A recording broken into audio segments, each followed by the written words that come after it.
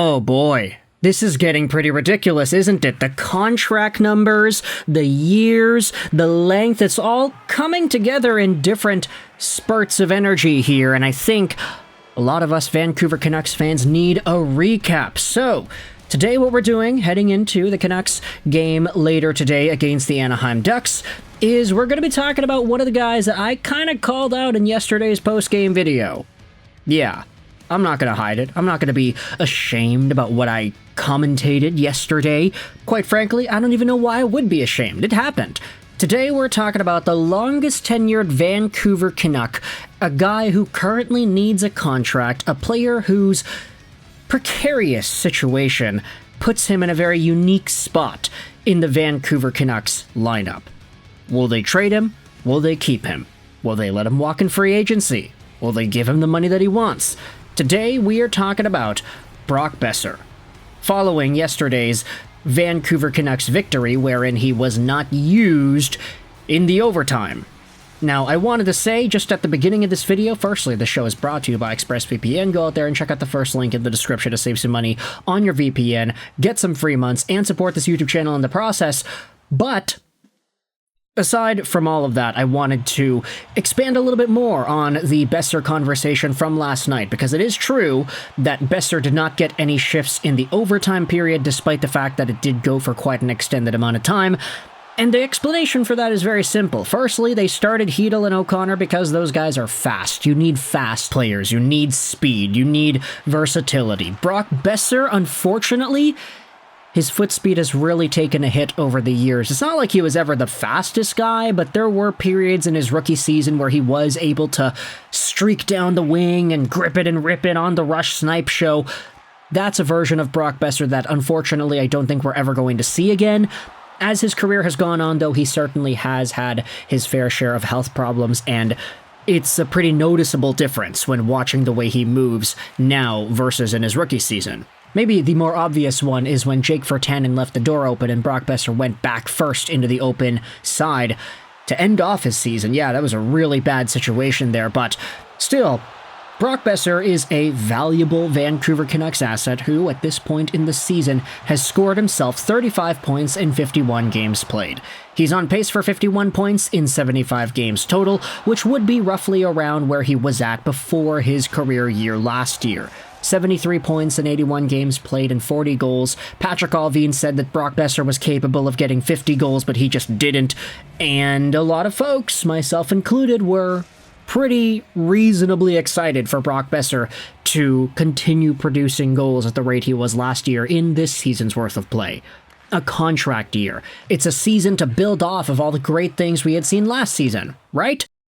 But unfortunately, Brock was not able to get that same footing. He wasn't really as healthy, and as a result, with the Miller trade coming and going, we are seeing Brock in some sort of a no-man's land right now, too. The lines are getting shuffled constantly. Brock is playing in the third line, he's playing in the second line with faster guys, and his position on the team is not all too guaranteed. So when you think about Vancouver shelling out money to guys that they need to re-sign, the O'Connors, the Marcus Petterssons, the Lankinens, who knows if a P.S. Suter is next or whatever, Brock Boeser does not have that contract yet. And what we're doing is we're going over some shows, some analysts in the NHL insider world that are giving us scoops as to what the situation looks like.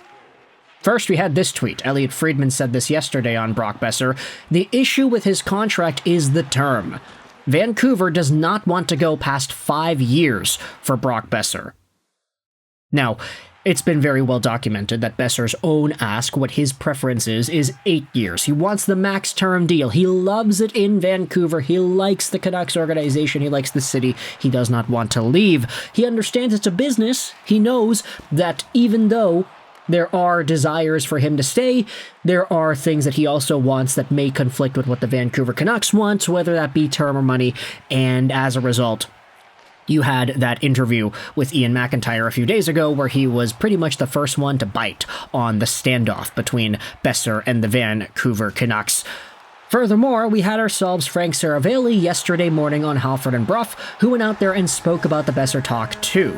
we're going to use Canucks News Summary's latest tweet to go over what it was that Seravalli spoke about, because Canucks News Summaries, what a fantastic Twitter account they are. They did recap most of what Seravalli ended up talking about. If you read the Brock Boeser segment, this is what Seravalli says. He thinks that Brock Boeser is towards the top of the Vancouver Canucks to-do list, and he also thinks there's a likelihood or a possibility that Boeser can get re-signed.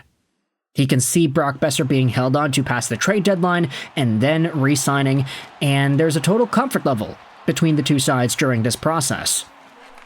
So firstly, this does kind of detract from the quote-unquote own rental idea that we had been seeing floating around, whether or not the Canucks would say to themselves, okay, we can't re-sign Boeser, so we're not going to sign him, but let's keep him because we can keep him for the playoff race, and then we can have him in the playoffs and he'll be our own rental, and then he'll leave in free agency, but nothing really happens because we don't lose out on any value. We're not trading away prospects or something to get him. It's kind of a backhanded way to do your business, but if the Canucks are able to hold on to Boeser after the deadline, let's say they go on some sort of a playoff push, maybe they go far, maybe they don't, and then they re-sign Boeser before July 1st hits, then okay, they don't lose the value there. They don't let him go for nothing.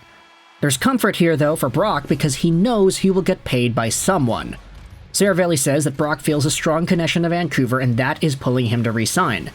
However, he wouldn't view his situation in any form of absolutes.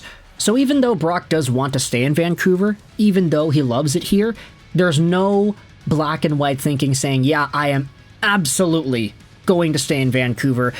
There is that possibility that he does go somewhere else and that he does not hold himself back from any other opportunities.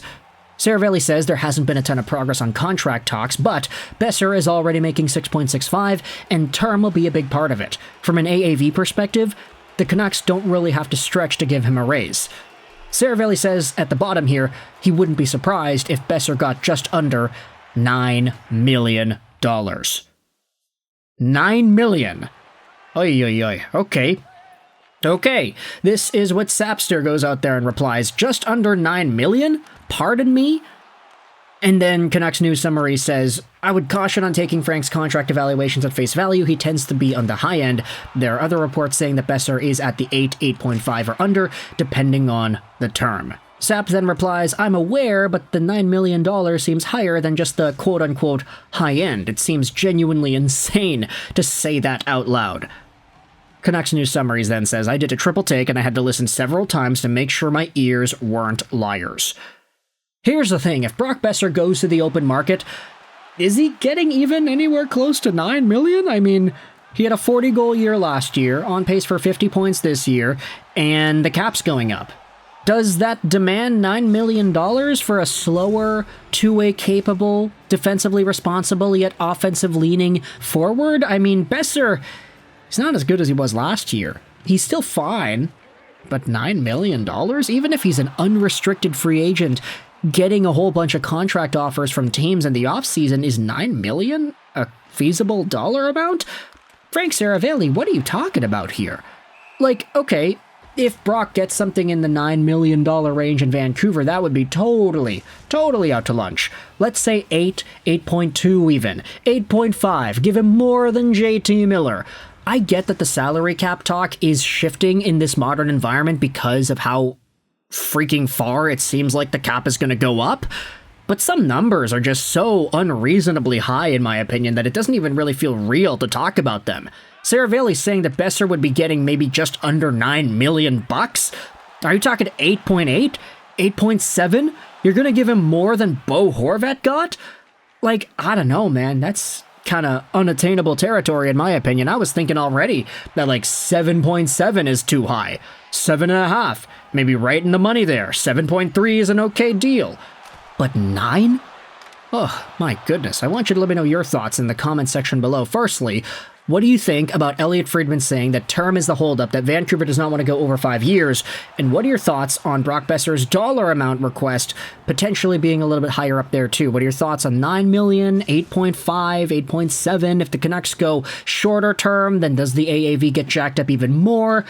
Do you do 5 years at 8.8 million bucks a year if you're Vancouver? I don't think so, to be honest, but I want you to let me know your thoughts in the comment section below. I hope you enjoyed this video.